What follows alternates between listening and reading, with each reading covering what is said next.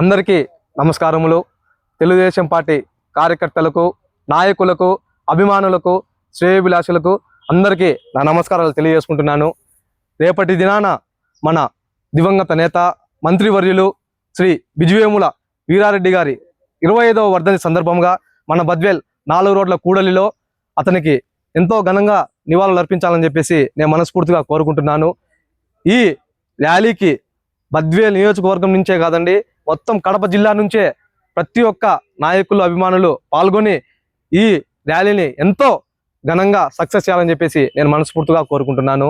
రేపు 9 గంటలకు మన బద్వేల్ 4 రోడ్ల కూడలిలో విజయవేముల వీరారెడ్డి గారి విగ్రహం వద్ద అతనికి పూలమాలలు వేసి మనము నివాళులు అర్పించి అక్కడి నుండి వీరారెడ్డి గారి ఘాటు వరకు మనము ర్యాలీగా వెళ్ళి అతనికి నివాళులు అర్పించవలసిందిగా మేము ఈ సందర్భంగా కోరుకుంటున్నామండి.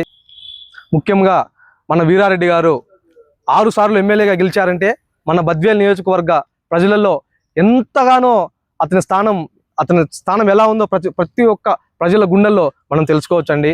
ముఖ్యంగా మన వీరారెడ్డి గారు ఒక రైతు అండి. అతను చదువుకోలేకపోయినా సరే ఆ రోజుల్లోనే అతను రైతు బాధలు విన్న ఒకే ఒక నాయకుడు అండి. అతను ఆ రోజుల్లోనే రైతు అనే వ్యవసాయ శాఖ మంత్రిగా అతను రావడం మనకెంతో, మన బద్వేల్ నియోజకవర్గానికి చెప్పుకోదగ్గ గర్వ కారణం అండి.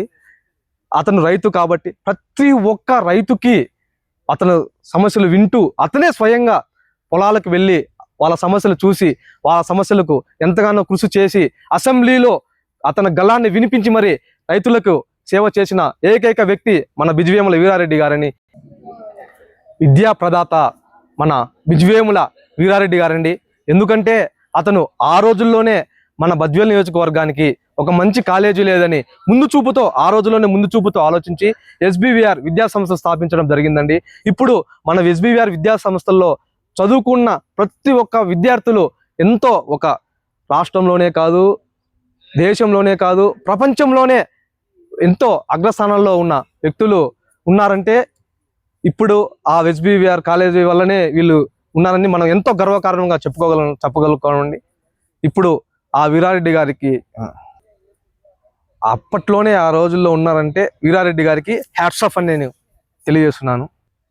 ముఖ్యంగా మన బద్వేల్ నియోజకవర్గంలో నీటి సమస్య మనకు ముఖ్యంగా నీళ్ళు ఎక్కడి నుంచి వస్తున్నాయి? తెలుగంగ ప్రాజెక్టు. అప్పట్లోనే తెలుగంగ ప్రాజెక్టుల ద్వారా ప్రతి ఒక్క ఇంటింటికి నీరు అందించిన వ్యక్తి మన విజయవేముల వీరారెడ్డి గారండి.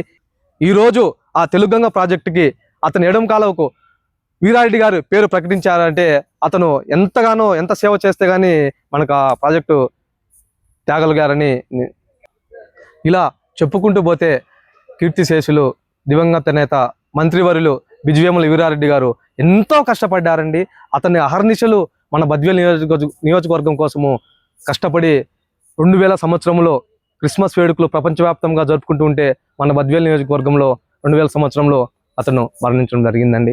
ఇప్పటికీ 25 సంవత్సరాలు కావస్తున్నా సరే అతను లేకున్నా బద్వేల్ యొక్క గుండెల్లో ప్రతి ఒక్క బద్వేల్ నియోజకవర్గంలోనే కాదండి, జిల్లాలోనే కాదండి, రాష్ట్రంలోనూ మన వీరారెడ్డి గారంటే అతని పేరు ప్రతి ఒక్కరి గుండెల్లో నానుతూనే ఉందండి.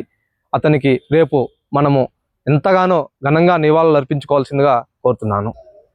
రేపు మన దివంగత నేత మంత్రివర్యులు విజయవేముల వీరారెడ్డి గారి 25వ వర్ధంతి సందర్భంగా ప్రతి ఒక్క నాయకులు, కార్యకర్తలు, అభిమానులు, శ్రేయోభిలాషులు భారీగా తరలి వచ్చి అతన్ని వర్ధంతిని ఎంతో ఘనంగా నిర్వహించాలని చెప్పేసి మనస్ఫూర్తిగా కోరుకుంటూ మీ కొంకుల రవి, తెలుగుత నాయకులు, బద్వేల్ నియోజకవర్గం.